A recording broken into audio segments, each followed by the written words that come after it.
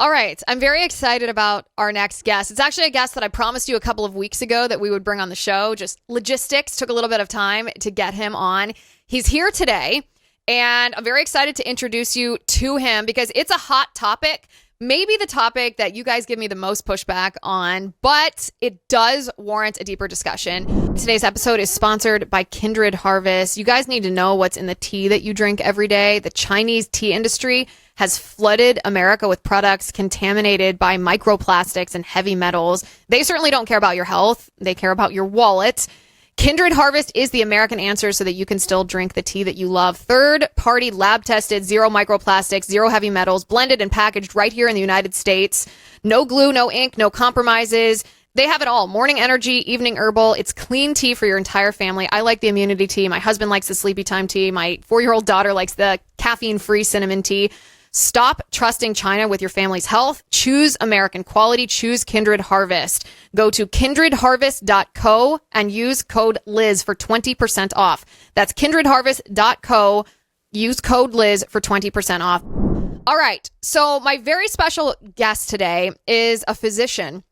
His name is Dr. Ken Finn, and he is the co-founder of the International Academy of the Science and Impacts of Cannabis. He's also the editor of Cannabis and Medicine, an evidence-based approach. And I want to bring him on the show today because whenever we talk about marijuana and cannabis, I listen to you guys. I hear what you're saying. I read the comments that you leave in the live chat. I look at the comments underneath the episode on Spotify, on YouTube, on X, and I hear what you're saying. A lot of you guys are U.S. military veterans, and some of you suffer from PTSD.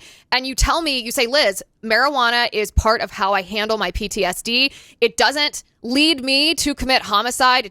I don't suffer from psychosis. I don't have schizophrenia. What are you talking about? This is how I chill out. This is how I relax. This is how I treat my anxiety. And I hear what you're saying when you say that.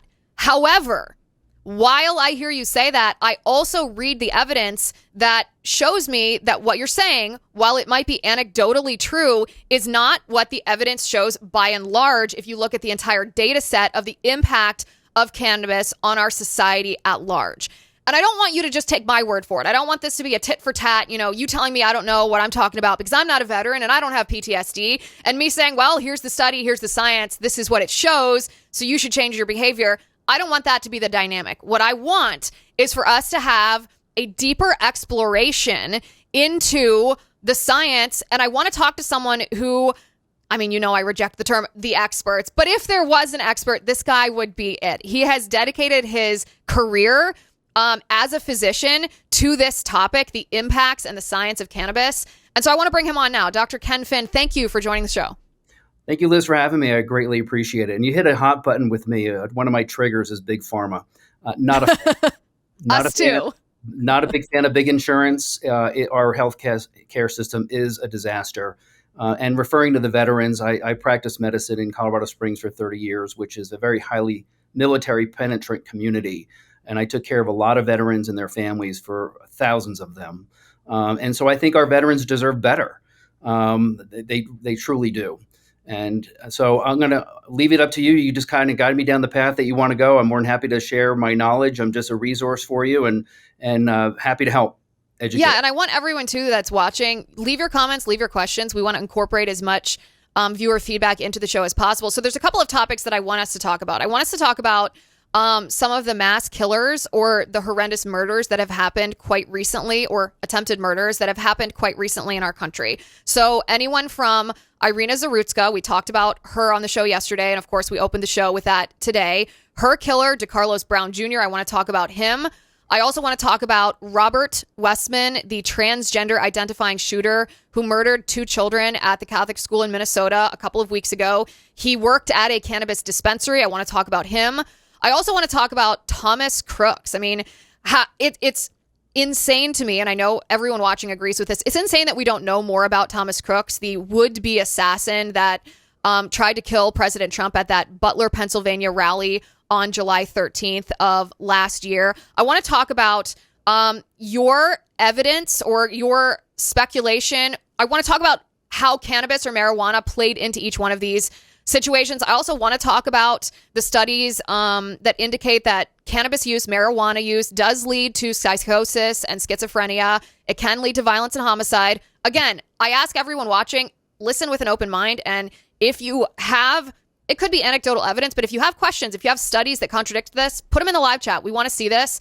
And I want to talk about, too, the impact that cannabis is having on children. So let's start first with the studies, because these are the points that I often make. Young men who smoke marijuana, you might think you're just smoking a joint with your friends. That increases your chance of psychosis and schizophrenia by 4 times. 4 times, and by 3 times for people who don't have any indication of those conditions before smoking for the first time. Can you talk to me about the science and your observations in that statistic specifically? Well, right out of the gate, I'm going to be very clear. Not everybody that smokes a cigarette is going to get lung cancer. Not everybody that has a beer is going to get in a car crash or become a raging alcoholic. And not everybody that smokes marijuana or uses marijuana products is going to become a homicidal maniac. But the problem that we're seeing is this rise in potency in these products is contributing to a lot of these killings, mass shootings, stabbings that we're seeing in the news. And I don't know, psychosis is a very complex diagnosis. And the science is pretty clear that, and actually you referred to some of the studies in adolescence, there's an 11-fold increase of first episode psychosis in adolescents that are using. This is more recent data. In adult, 4 to 5 time increase versus psychosis. And marijuana, out of all substances, including PCP, cocaine, methamphetamine, alcohol, etc., has the highest conversion rate to psychosis than any other drug on the planet. So the cannabis psychosis is frightening, and there's no good predictor. I think if I were to summarize, it would be a young male with prior mental health problems is maybe more likely to develop a psychotic episode with using marijuana. And they don't have to, they can be a first time episode. It could be after chronic use and something tips the scales. It's a very complex neurobiological thing that occurs in the brain, which is the number one target organ. This is a centrally acting substance, just like alcohol and opioids. They all play very well in the sandbox together. Yeah. And I think, it is important to note not everyone, and everyone watching knows this, because many people, like I said, we've had this conversation on an ongoing basis, and people say, someone said to me last time, I'm smoking right now and I'm not getting schizophrenia from it, which is a tongue-in-cheek comment here. But talk to me about some of these killers. You say that marijuana use or cannabis use, cannabis psychosis, cannabis-induced psychosis is playing a role in some of these violent crimes. Talk to me about some specifically. Robert Westman, the transgender identifying, it's a biological boy. He identified as a girl named Robin. We don't call him Robin on this show because, we are on team reality here. We come to find out later that Robert Westman worked at a cannabis dispensary. Talk to me about this what's your take on this? Well, as it relates to these things, remember, one very classic example people tend to forget is the American hero, Chris Kyle. He was a veteran, and he and his friend were murdered by another veteran, Eddie Ray Routh, who was self-medicating with cannabis and had cannabis-induced psychosis. I spoke to the forensic psychologist that testified at Eddie's trial. I spoke to the Texas Ranger that testified at Eddie's trial. He wasn't insane. He had cannabis-induced psychosis, and he was a veteran. So I think our veterans deserve better. And I think we need to follow science needs to guide policy, not public opinion or anecdotal stories. Having taken care of a lot of veterans in my career, I can tell you I've got a bag of anecdotes that tell me that patients say it doesn't help for whatever ails them, that they use it for other reasons rather than pain relief or PTSD. And the medical base, the literature base is very clear that it doesn't really help with these types of problems, PTSD in particular. And if you circling back to Robert Westman, the dispensary he worked at, in the job description, he was required to use product and test product. So, and there was a study out of Colorado looking at the dispensary the cannabis dispensary workers, and they tended to use before, during, and after work. So they were probably chronic users. And I'm more than happy to share that paper with you. I just reviewed it the other day because I'm presenting to the Texas Pain Society coming up, and one of my big topics is going to be cannabis psychosis. And I actually been compiling a lot of examples of mass shootings, beheadings, mutilations, driving fatalities, stabbings that all circulate around THC only. I mean, I look at these cases individually, and I get rid of the ones that have THC plus alcohol, THC plus other substances, because there's a lot of polysubstance use going on in our country. We are a narco nation at this point. That I really think it's important that the general public understands the public health implications of simply another addiction for profit industry that is causing societal effects. I mean, we haven't done a good job with the legal drugs we already have. Look at tobacco and alcohol. They're terrible. They kill hundreds of thousands of people every year. And now marijuana is just following the same playbook. Yeah, well, that's also, if you could speak to this is one of the comments that we get pretty frequently whenever we talk about this is, okay, Liz, now do alcohol. You know, if you say that marijuana is so dangerous or cannabis leads to psychosis and it has a detrimental impact on our society, what about alcohol? Do you want that banned too? If you could tell me the science behind, and maybe it's the cannabis induced psychosis that doesn't happen with alcohol. Maybe there is psychosis that happens with alcohol, but what is, I guess, the difference in the chemical reactions that happen as a result of those two substances, and why is cannabis more severe, or is it more severe than alcohol? Well, all substances can convert to psychosis, which includes alcohol. And as I mentioned earlier, cannabis has the highest conversion rate to psychosis than any substance, including alcohol.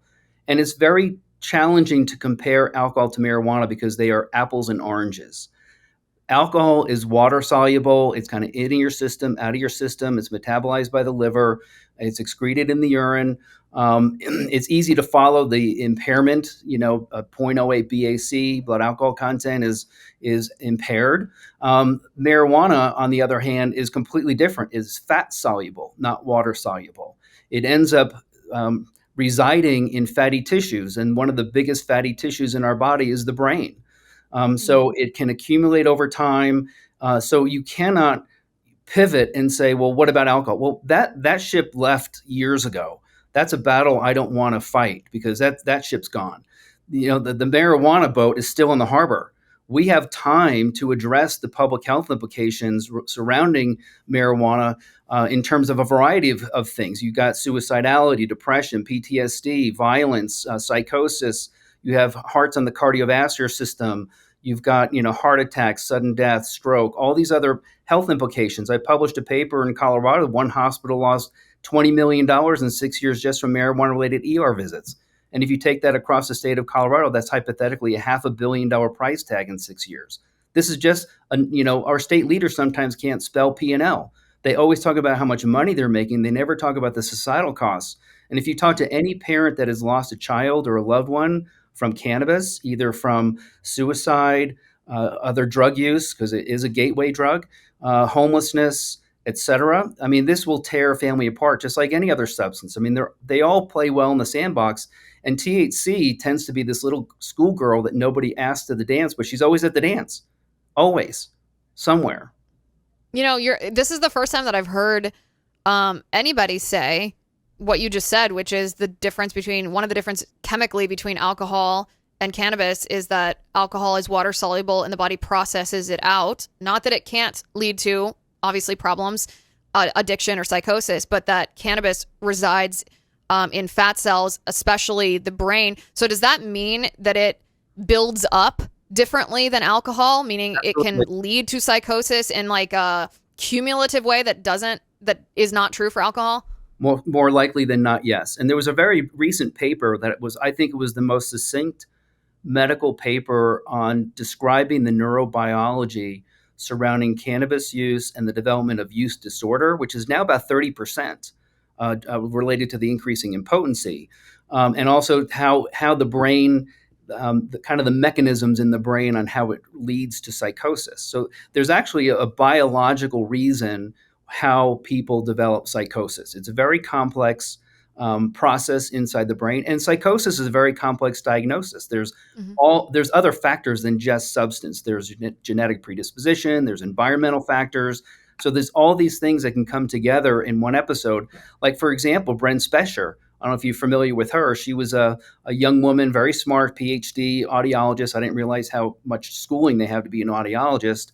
And she took 2 hits off of a bong and then became acutely psychotic and stabbed her friend 108 times. What? Him. Oh yeah. She served no time. She served no time. And she was on Dr. Phil. There was 2 1-hour episodes on Dr. Phil of her describing her psychotic experience. And it's actually frightening. She was stabbing herself in the neck. And I was, I don't know, fortunate or unfortunate enough to actually see the body cam video. And it's frightening to see this poor woman who became acutely psychotic. And they said, well, it's an adverse childhood experience. No, there was a very strong temporal relationship between use and onset of event. And it was acute. It happened like right away. She became acutely psychotic and stabbed her friend, killed him 108 times with 2 knives. Police officers had to use a baton to break her wrist to let go of the knife.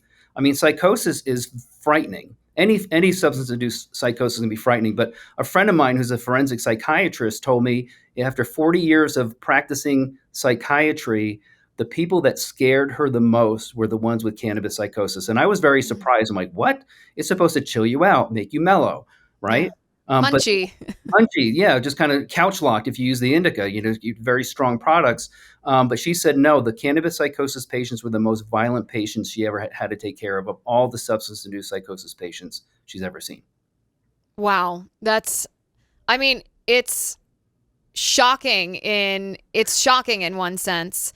Frightening because I speak a lot to medical communities. I mean, I speak internationally. I'm the founder of this International Academy in the Science and Impacts of Cannabis. And actually, at the end of the month, we have Sir Robin Murray from the UK speaking to us on this increase in cannabis psychosis. And I'm more than happy to send you the link. You can share it. I'll be moderating that talk. He was the world leader and researcher on cannabis psychosis and set up the first cannabis psychosis clinic on the planet in London at King's College. He's going to be speaking to us on cannabis psychosis. So, I mean, these cases are frightening. They're very horrific. I mean, I have examples of mass shootings, stabbings, beheadings, mutilations, all surrounding the use of cannabis. And let me ask you this: yes. When you talk about cannabis psychosis, and you describe this woman who stabbed her friend 108 times, then wasn't sent to prison, and was on Dr. Phil. I have not heard this story. I have not watched those episodes. I probably will after this, and I think a lot of people watching, sitting here with us today, probably will look that up afterwards too. Yep. Is cannabis psychosis something that is temporary? Meaning, once you detox the cannabis out of your system, does it go away, or does it cause some kind of permanent brain damage that, once you've crossed that line, you're addled for life? That is a great question. Number one, most people that use will not develop psychosis. Number two, if you do develop psychosis, most of the time it'll resolve once this substance is processed out of the body. However, there are cases where the psychosis can persist for weeks, months, and sometimes never goes away. That sometimes is a bridge you cannot uncross. And schizophrenia, you mentioned earlier, is kind of on that spectrum of psychoses. It's kind of the worst of the worst psychoses. And there was one of our advisors at Isaac from Denmark published a very nice paper, 50 years, 6 million Danish citizens. And they concluded that nearly 30% of schizophrenics in the country of Denmark would not have been schizophrenic if they had stopped using marijuana. 30%? Up to 30% of schizophrenics Holy moly. in the country of Denmark would not be schizophrenic if they averted cannabis use disorder. And this is a large study. This is 6 million people over 50 years. Today's episode, by the way, is sponsored by All Family Pharmacy, one of my favorite partners here, because let's be honest, most big chain pharmacies do not care about your medical freedom. My medical freedom is of utmost importance to me. I know you share this worldview. And most big chain pharmacies, they just want you to get in line and take their shot. That's how they profit and then move on. I am not cool with that experience. Well, all I want is when I need a medication to be able to get it. Literally, that's it. It's that simple. And that is why I'm proud to partner with All Family Pharmacy, because they are here to respect. They exist because of our medical freedom, because they respect our medical freedom. And this is how they work. They operate completely differently than big med pharmacies. They believe that your health decisions should stay between you and your doctor, not dictated by some government agency or insurance company. This is how they work. You pull up their website, allfamilypharmacy.com/Liz. You can do this right now. You search your medication. They have over 200 options, so they're going to have what you want and need, what works for you. And then you place your order. After you place your order, a doctor reviews your order, writes you a prescription. It's shipped straight to your door. That's it. That is all there is to it. The gatekeeping that has overtaken our healthcare system is outrageous. No, it shouldn't be Dr. Fauci or Albert Bourla or the American Medical Association or your insurance company who decides what medication works for you and whether or not you should be allowed to have access to it. You should decide. That's what medical freedom means. Go to allfamilypharmacy.com/Liz. Use my code Liz10 for 10% off. Go to allfamilypharmacy.com/Liz, promo code Liz10. Even if you don't need medication now, they're a great resource. Visit their website now so that you understand how to rely on them in the future. allfamilypharmacy.com/Liz, promo code Liz. And that brings me to the story that we talked about yesterday. I mean, that's mind-boggling. 30%. And by the way, in the United States, you could probably extrapolate this to Denmark, but this is just in the United States. Of homicides in the United States, between 3 and 10% of those homicides are committed by people with schizophrenia. So you put those two data sets together, that's the societal impact is pretty clear, even if you're someone who's used marijuana and, it did not develop into psychosis. I don't know how you deny that. It also brings us to, DeCarlos Brown Jr. He was 34. He was 34 years old, or he's 34 years old. He diagnosed with schizophrenia, I think 4 years ago, before he stabbed Irina Zarutska on the bus on August 22nd. I have not seen as yet any hard evidence that DeCarlos Brown Jr. was, high at the time or that he was a cannabis user. My speculation, I suspect that's what we would find out if we had a toxicology report. What do you see in that case? Actually, that's a very interesting case. I've been looking at this closely. I mean, he kind of fits the bill of potentially having cannabis psychosis. And again, if they drug tested him, he probably would be negative. And that's the thing that that's what makes cannabis, in my opinion, so covert and insidious, is that you can have an event and they will test and it's not in the blood because it is literally out of the blood in 4 to 6 hours. So if you do not get that blood in a certain period of time, it'll be negative. And people are, well, there's nothing in the system. Well, then you test the urine. And a lot of, trust me, I've been trying to get FOIA requests on a lot of these cases. And a lot of times they just stop at alcohol. I mean, even the state of Maryland does not test for cannabis in anything other than a driving fatality. They'll test for Benadryl, but they will not test for cannabis. So if you don't get the blood in time, if you don't get the urine in time, you need to get the hair. And we can talk about the Trump shooter, Thomas. Yeah, let's. And we in a second, we definitely will talk about that. But a lot of times the coroners will not get the appropriate samples. And like I said earlier, the cannabis psychosis can persist. And the schizophrenia data from Denmark is very telling that frequent cannabis use may lead to a significant increase in the risk of schizophrenia. We know there's an increased risk of psychosis, and schizophrenia is on that spectrum of psychosis. And people say, well, correlation doesn't meet causation. You get that argument all the time. But the same author from that paper did a very nice outline linking the causal relationship between cannabis use and psychosis, which again, schizophrenia is on the spectrum.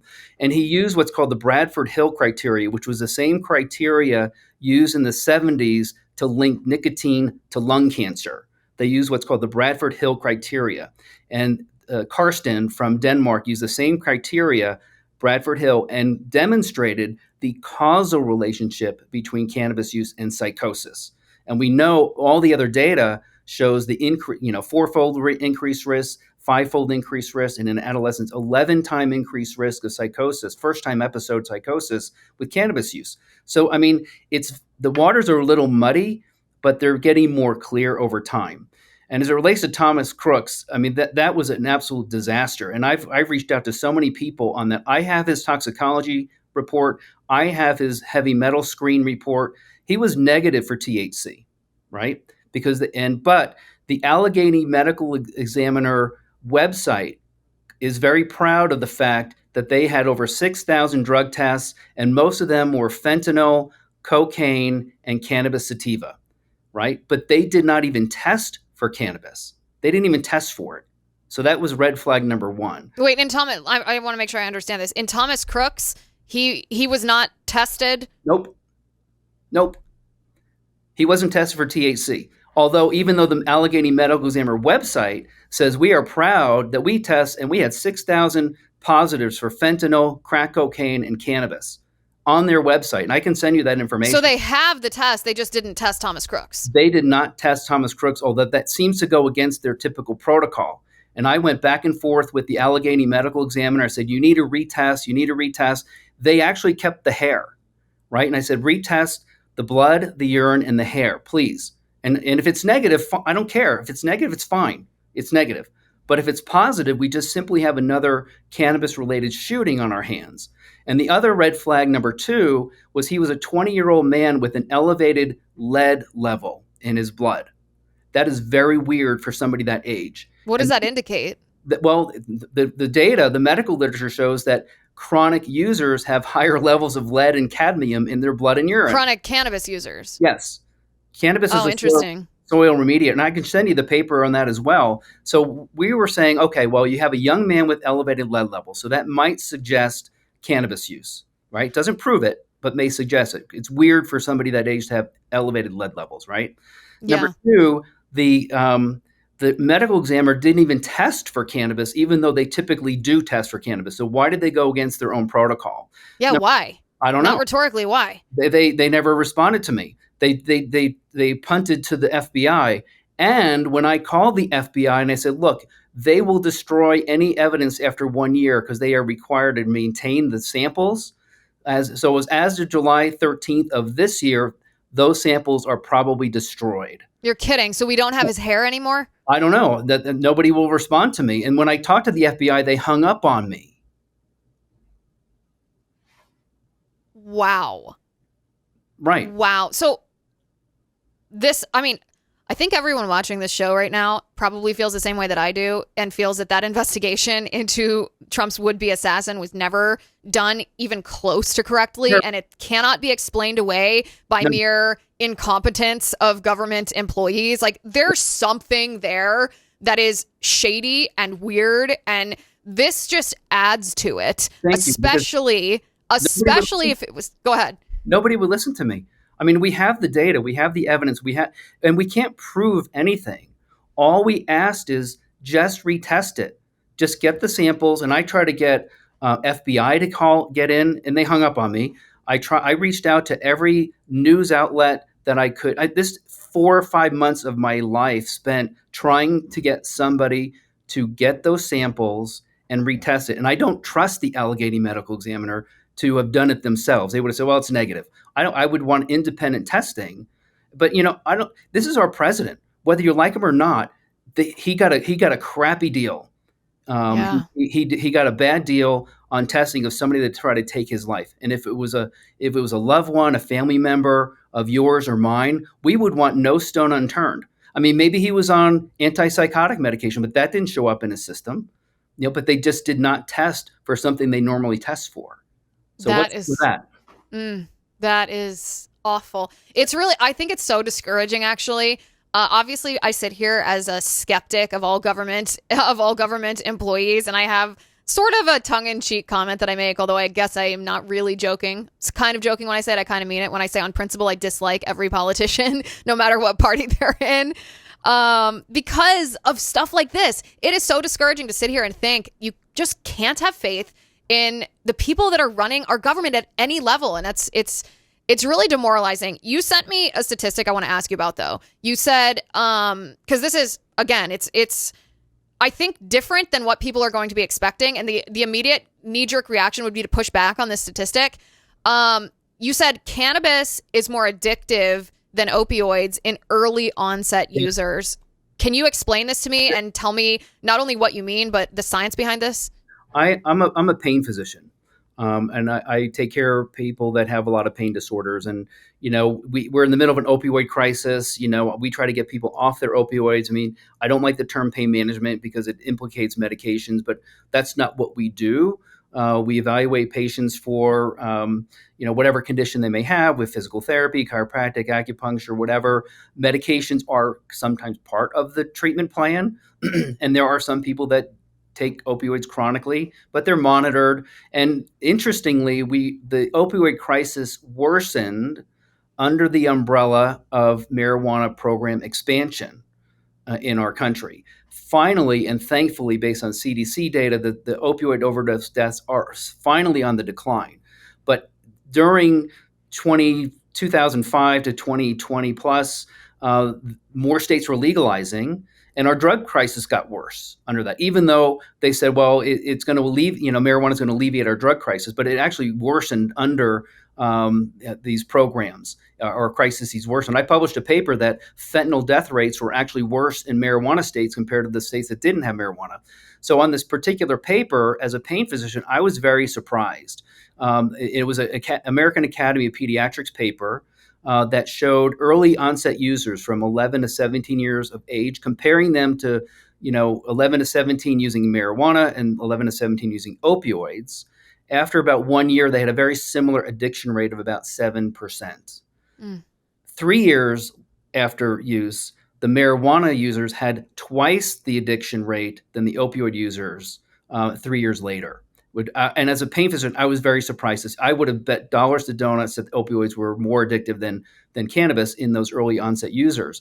And if you take the later onset users, 18 to 25 years of age, comparing marijuana to opioids, those later onset users had also a very similar addiction rate to each substance a year later, lower than the earlier onset users. But even 3 years later, those late onset users still had a higher addiction in the cannabis category than the opioid category. I was surprised. And this is not just me pontificating. This is American Academy of Pediatrics paper.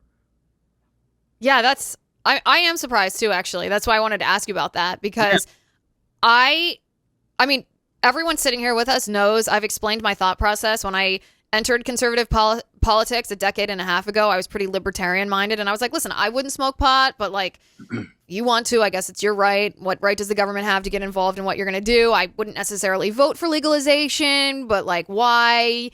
You look at it through a libertarian mindset. And that was my viewpoint like 10 or 15 years ago. And I've had a very big worldview change. And it started actually with reading Alex Berenson's book, Tell Your Children, because he makes the case using evidence-only studies. He makes the case that the marijuana lobby, I mean, they're making a lot of money on both quote-unquote medical marijuana, but also recreational marijuana, that the marijuana lobby essentially pulled a snow job on all of us by normalizing it and making it seem like this is medicinal to take the stigma away from it. And then making it, then their goal was always to make it recreational, and they bought off physicians and doctors and journals and researchers, and their stats are doctored. And I found it very convincing because Alex Berenson wrote the book. He tells the story, I think, in the book. He's definitely told it to me personally when we've been talking, but he said the reason he wrote the book is because his wife is a doctor who would come home from working. I think she was an emergency room physician. She'd come home from working and would tell him about these cases, these violent cases, the psychosis cases, the schizophrenia, and she'd say, it's always cannabis users, and he scoffed at that, and he said, "What are you talking about? Marijuana makes you chill and munchy. People just use it to be cool." And she's like, "No, I tell you, this is it." And he actually set out just to prove her wrong, because that's what nerds do, nerdy husbands and wives, research to make a point. And he realized that the studies and the evidence actually proved her experience to be correct and his preconceived bias to be incorrect, which I find to be really interesting, because I think a lot of us have had a similar experience that, we were actually sort of subject to that propaganda and we believed it because it was plausible. And now we're realizing the societal impacts, and some of this data is just downright surprising based on how it contradicts what we were told. Which leads me to what I want to ask you. Earlier, we were talking about Robert Westman, the trans-identifying Minnesota shooter, and you also sent me a stat that for transgender identifying individuals, you said there are studies that show that they're more likely to both use cannabis and commit suicide. Are those two things correlated in your opinion? Can you elaborate on this? Like, talk to us about this statistic. They're strongly correlated. And it's interesting. I mean, this is just my own speculation. The cannabis plant is very complex. I mean, there's hundreds of components to the plant. And there was a guy by the name of Robert Pertwee, I believe. He wrote a book on the science of cannabinoids. And in that book, there was some evidence that some of the cannabinoids may mimic female hormones. So this is a completely speculative. So in this day and age of gender confusion, and in this day and age of increasing marijuana use, is there something to that, of this feminization, perhaps because of the estrogenic type of cannabinoids that may be in the plant? I mean, the old saying is "doobies make boobies." I've never heard that actually. There's some debate as to whether that may be the case. There's a condition called gynecomastia, which is in a breast enlargement in men.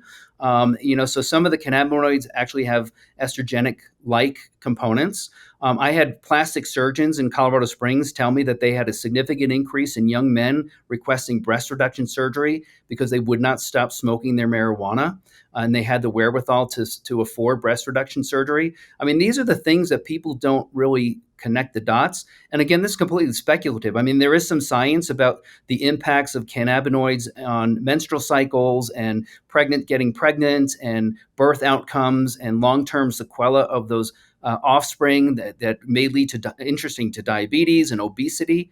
I mean, the cannabis, it undergoes what's called methylation of multiple genes, even the autism gene.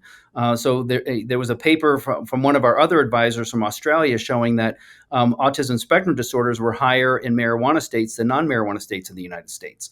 And, Robert Kennedy just had this big thing on, we're in the middle of an autism crisis. Well, that kind of correlates with these expanded marijuana programs. So you have to wonder. I mean, I can't prove that, but there's definitely a strong correlation between this transgender movement, increasing marijuana use. I just wonder. Nobody's has the capacity to do the research because it would be too complex. I mean, I just think it's a factor that people tend to ignore. Again, it's the girl at the dance nobody wants to ask, but she's always there, but she's ignored all the time. And I just wonder about that relationship. But yes, the data is pretty clear that LGBTQ population tend to use substances more, including cannabis. I think I sent you a stat that cannabis is the highest substance that they use of others, and they are more likely to commit suicide or have suicidal ideation and behavior. Yeah, which is interesting.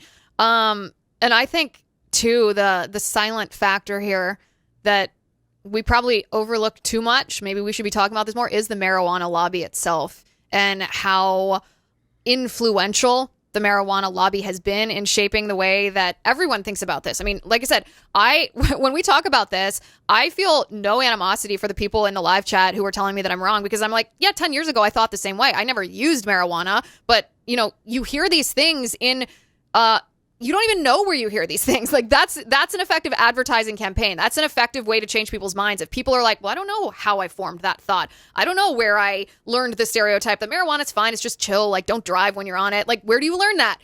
Really effective indoctrination means you don't actually know where you learned that stuff. And so I was like that too, with a lot of this information. But the marijuana lobbyists, I mean, pulled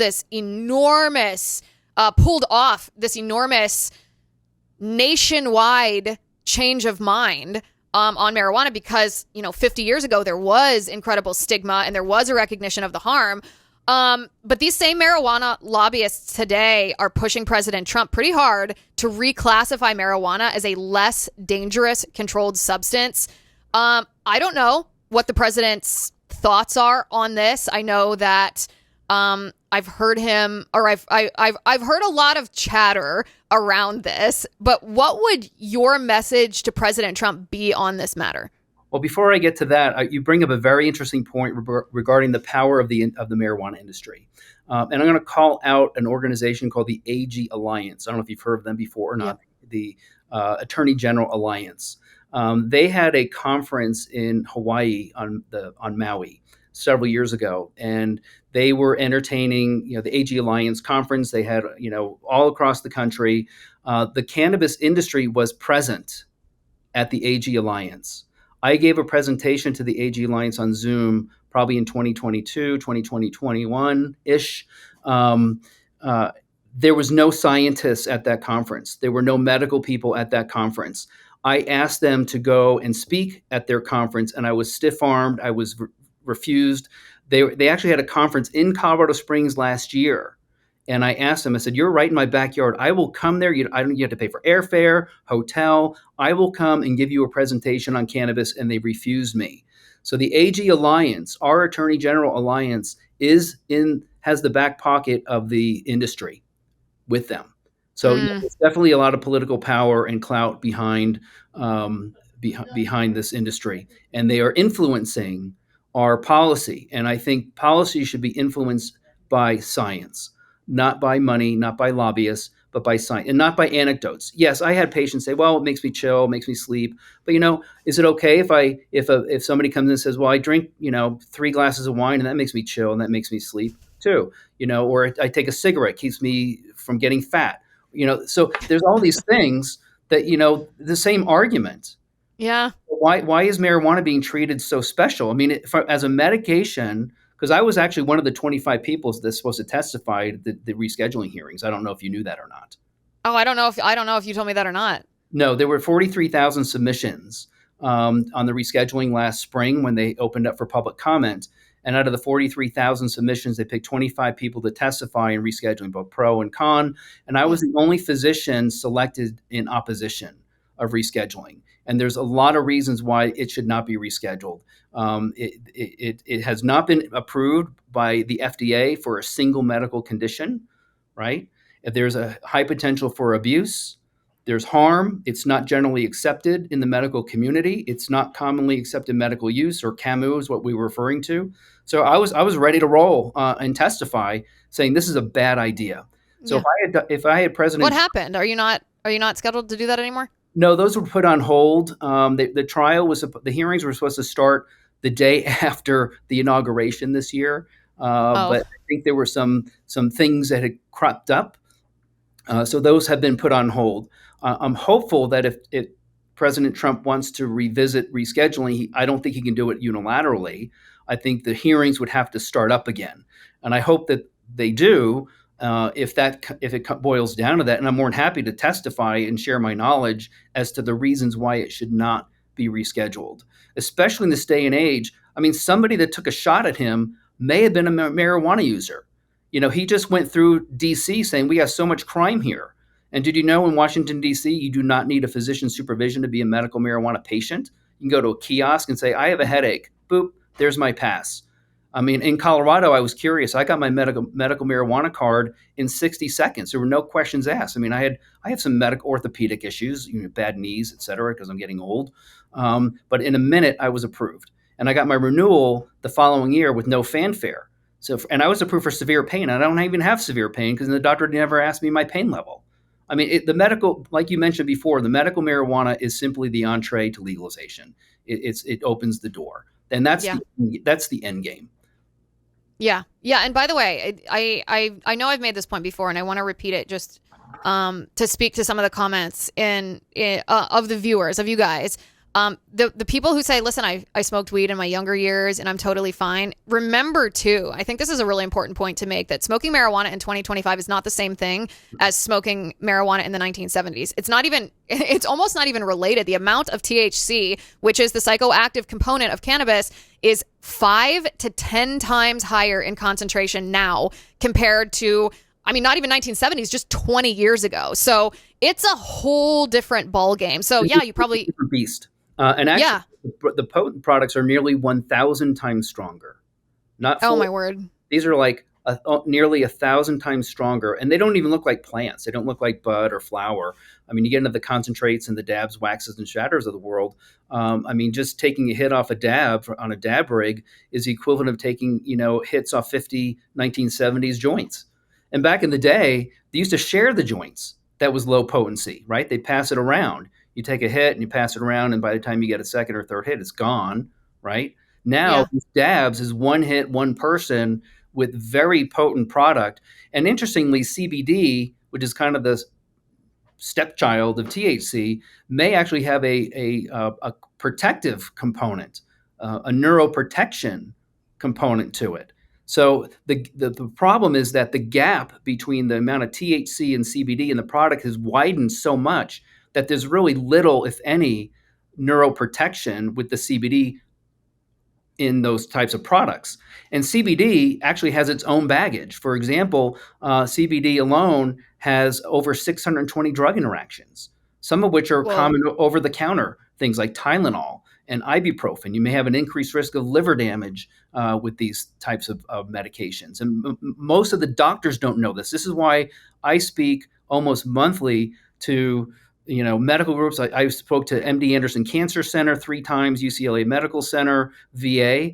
I speak to grand rounds. I speak to doctors, cardiologists, psychiatrists. They don't even know. If the doctors don't know, how does the general public have any idea of what we're dealing with? And I agree with you. I mean, I had a lot of libertarian friends in Colorado that have buyer's remorse now. They go, because I get these arguments with them at the gym and saying, this is going to happen, psychosis, driving fatalities, all this other business. And they're like, no, it's what's the big deal? I think it's a right to try, right to use, which, I don't care what people do in the privacy of their own home personally. But it's just simply from a medical and scientific perspective, another addictive substance that is causing problem, especially to our youth, especially to the unborn. And that's a whole other discussion I'm more than happy to have with you at another time. But he came back to me and said, you were right. That's a hard thing for a libertarian to say, to like, you were right. And he goes, if I'd known now what you were saying, then they would not have voted. He would not have voted. And my other libertarian friends would not have voted to legalize it. Listen, it took me years to be able to admit that perhaps I had miscalculated on this issue. And I'm actually super open now about the other issues that I've changed my mind on. Nothing But it's human nature dictates, man. Right. It is not easy to say, I took this stance strongly, I even lived it, and now I'm changing my mind because I was wrong. That's a hard thing to do. Super hard thing to do. And I can tell you that personally. I hope I'm wrong. I hope I'm wrong. Because if I'm wrong, I'm gonna disappear under a rock and nobody will care who the hell I am. But if I am right, and so far doing this for 20 years, I have been right. We like to be right, but I'd rather be wrong in this space than right. Because right now we are seeing a significant amount of public health problems that are occurring right under our noses, and people aren't paying attention. They're like, well, Westman's killed a couple of kids, and he was transgender and worked at a dispensary, but they don't dig deeper saying, well, there's a link there. And then we have the case after case after case. The Uvalde shooter, we're still waiting for that toxicology to come out. And there's something there that you and I need to have a private discussion about. Really? I think they are purposely withholding the toxicology. And he was a known marijuana user. And actually, the New York Times, they published something shortly after the shooting that he got into a tiff with his grandma, or I think it was grandmother, on his marijuana use. And within 24 hours, they removed that comment. No, they did not. Yes, and I can get you that information as well. I mean, there's something there that I don't know why. The guy is dead. The investigation is pretty much over.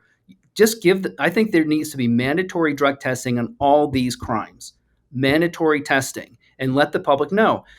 If the stabber from North Carolina was negative, that doesn't mean he doesn't have cannabis psychosis, because that can persist. Remember? So would that show up? By the way, I meant to ask this earlier. No, would that show up in his hair if it wasn't in his urine and it wasn't in his blood? If he had previously used cannabis and he was negative urine and blood, would that still show up in his hair? It could show up in his hair if he was a chronic user. Yeah.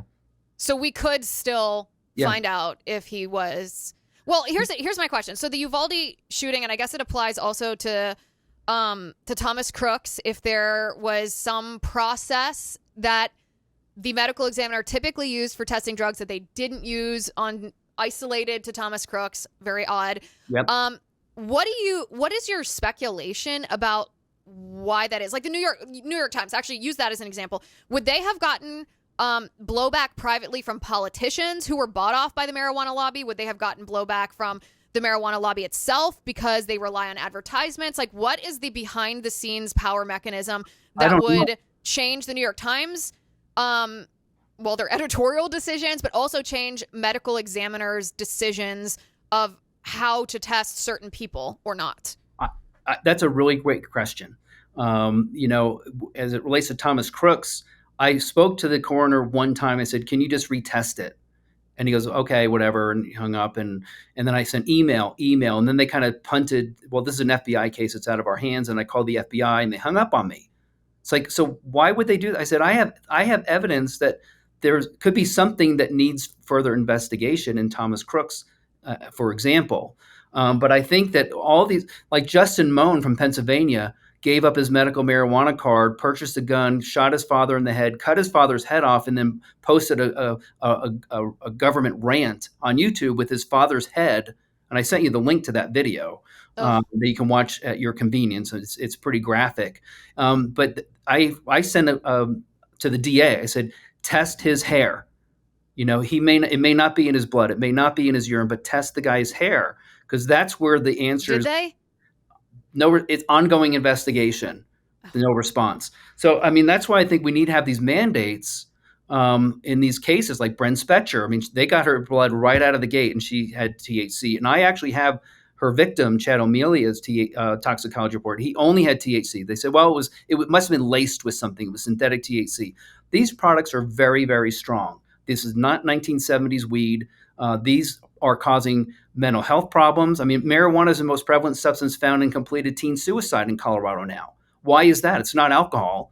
It's marijuana, 30 to 40%. And it's not like alcohol is a close second. It's a distant second. And that trend changed around the time Colorado legalized for recreational use.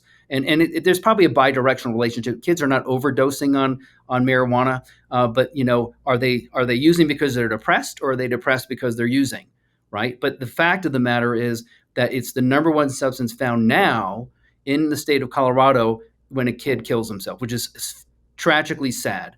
A lot of states don't test. The state of Texas, which represents 10% of the U.S. population, does not have mandatory drug testing for suicides. So is that something that needs to be legislatively mandated? Meaning, like, the state legislatures need to say every time that there is a medical examination after a death, you must get a sample, blood, urine, and hair? Yes. And actually, in the state of Colorado, people that commit suicide or complete suicide under the age of 25, so you're talking about an adult, the number one substance found is still marijuana. After nothing, there might be nothing in their system, but the number one substance is marijuana. So why are all the arrows pointing at that girl at the dance? She's there, and nobody's connecting the dots. That's what makes it so frustrating for me, because I try to educate, I try to connect the dots and say, look, this is what I see as the evidence. There's science behind it. There's literature. I'm not the only one. I mean, the International Association for the Study of Pain published a position statement saying that cannabis does not help chronic non-cancer pain, right? And that had probably 50 to 60 different authors on that position statement. So there's just, I'm not the only person. I'm just the only person speaking out, and that's I feel like an army of one sometimes. But over time, I've connected, and that's why we founded Isaac, is to connect people and scientists and researchers and physicians to kind of come together and kind of explain and educate not only our medical communities, but also our general communities on the risks and impacts. We're not prohibitionists. We're not nihilists. We're not saying you're going to burn in hell because you smoke a joint. That's not the point. The point is we're just a resource. We're education, so people can make an informed decision about their own health. The one of my favorite speakers was Dr. Oliveira from Harvard, talking about the ADHD brain and cannabis as a toxic couple. Our daughter has ADHD, so she watched it, and it was fascinating. It was very easy for a person to understand this link between ADHD and cannabis use. And the interesting thing is the ADHD. We're seeing an increase in ADHD and autism spectrum disorders in kids that may have been exposed in utero. And it's not just the mom. That's the other thing. They keep pointing the finger at the mom. You're a bad mom because you smoke weed during pregnancy. And that may not be the case. Susan Murphy from Duke University has published some very nice information that the father's use can alter the autism gene. And mom may be completely clean and they have an autistic child. But so if the dad smokes marijuana, gets the mom pregnant, it can potentially lead or contribute. It's a contributing factor to ADHD and autism in the child? Yes. unreal. So is it Doctors that don't the know this. cannabis in the father impacts, well, obviously his sperm, but like genes in the sperm, or what is the mechanism? It's the autism gene. Like I said, the cannabinoids, what they cause what's called demethylation of genes. And Mhm. actually, I read a paper about a month ago. 12,000 genes undergo demethylation um, with cannabinoids. 12,000 different kinds of genes, and actually, that's why the Jeez. paper showed recently the trajectories to those exposed offspring might lead to future obesity and diabetes and heart disease. And I'm like, what? This is all news to me. So if I just know this, nobody else. I mean, doctors don't know this generally, Yeah. and the general population doesn't know this. So cannabis it has an epigenetic impact, and so there could be organ defects. There's Stuart Rees from Australia published a gigantic book on the epigenetic impacts of cannabis, leading to birth defects and autism and ADHD and all this other stuff. The country of Canada recommends that men of childbearing age don't use marijuana because of the reproductive effects. You're kidding. No, I'm not kidding. This is mind blowing. Listen, I always describe myself and, all of the people with us today as happy skeptics. Like we're here to pursue the truth, even if the truth is uncomfortable, even if it's mind blowing. And I don't let the discouragement or, feeling demoralized by lack of faith in our public officials. I don't let that make me like depressed or black pilled. Like I'm a happy skeptic. I'm going to question everything, but I'm an optimist because I think that we have incredible influence to make changes when we figure out the truth. And I feel like this is one of those topics. I feel like if we actually are committed to letting the data drive us and not ideology, I mean, again, everyone sitting here with us, you guys, post your comments if you have questions, if you have counterpoints. Like, I want to hear them. I want to investigate this together. Dr. Finn, we've been sitting here almost an hour and it's felt like it's gone by like that for me because this is so interesting. This is exactly what I was hoping. You barely scratched the surface, Liz.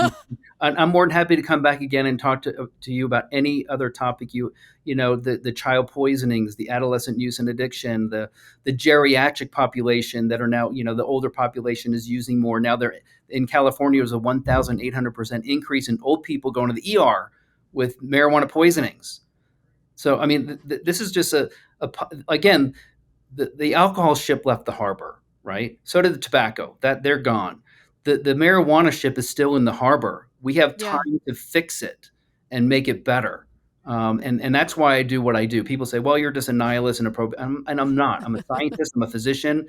And my job is just to give people the information, especially like my patients. I published a paper on having conversations with patients for providers because the older I had a lady coming in had arthritis in her knee and she wanted to use CBD products. And I said, well, what are you taking? She said, well, I'm on ibuprofen. So I went to a website called drugs.com and I put in cannabidiol and there's a section you can look at drug interactions. I put ibuprofen in there. There's a moderate interaction with liver disease, liver damage with taking CBD with NSAIDs like ibuprofen and meloxicam and naproxen and those sorts of things. And the patient's like, oh, I didn't know that. Yeah. Nobody knows that. The doctors, her primary care didn't know that.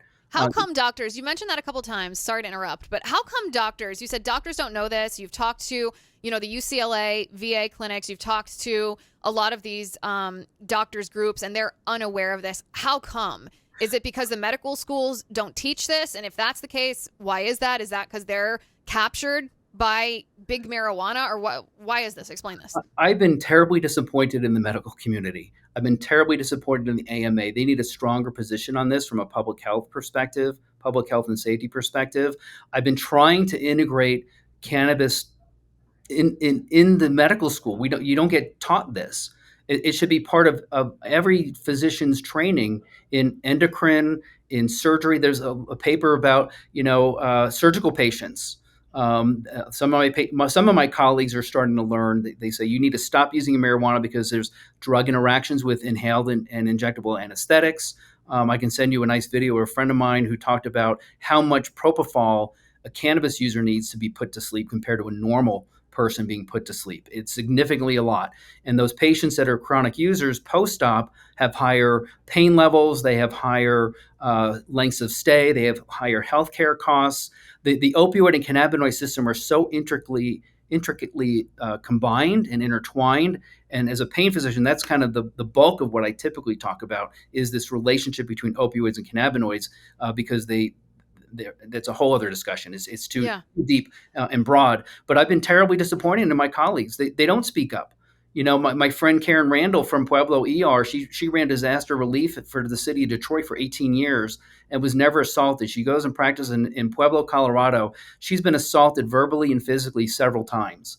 And she says the stories that she can tell you about cannabis are just frightening. The stuff everybody has those stories is the thing. And I know one of the points we made on the show is the plural of anecdotes is not data, but everyone has had that experience as well. I'll tell you what I want to do is I want everyone watching and listening today, I want you to think of your best question and put your question for Dr. Finn in the comment section, whether you're on X, whether you're on YouTube, whether you're on Spotify, whether you're on Apple, put your questions in the comment section and we'll have Dr. Finn back to address. If you had a counterpoint that you wanted to make, if you had a study that you want to say, well, what about this study? If you have a point of disagreement or something you want explored further, put it in a question, put it in the comment section. We'll collect, the best questions. We probably won't be able to get to them all, but we'll collect the best questions and we'll have him back if he would be so kind as to join us, and we'll do a follow-up to this episode so that we can explore this in a more complete manner. Dr. Finn, thank you for your time. I really appreciate it. This was fascinating. Liz, you're so welcome. And on that point, and this kind of circles back to the rescheduling issue. If there is a topic that is so divisive, because you have a camp over here and you have a camp over here, since if there's no middle ground, why would we even consider rescheduling it? There's no middle ground. I mean, there's no overlap. There's no Venn in the pro and con in the marijuana space on rescheduling. It's either you're against it or you're for it.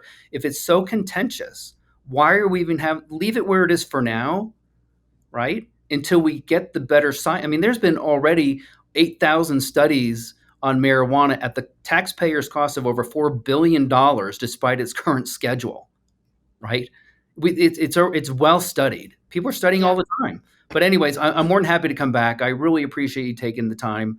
And again, if you have a follow-up questions or email about some of the things I discussed today, just shoot me an email or have Spencer shoot me an email, and I'll follow up with graphics, links Definitely. to papers. And then for the viewers too, is there a place on social media that's best to follow you or find your work? I would go to Isaac. It's isaac1.org. www.iasic1.org. That's kind of a link to we have a limited library because there's so much information out there. We don't want to overwhelm people. We have it divided up in ER, medicine, psychosis, all this other stuff. The link to Carson's paper from Denmark on the causal relationship between cannabis and psychosis is on our website.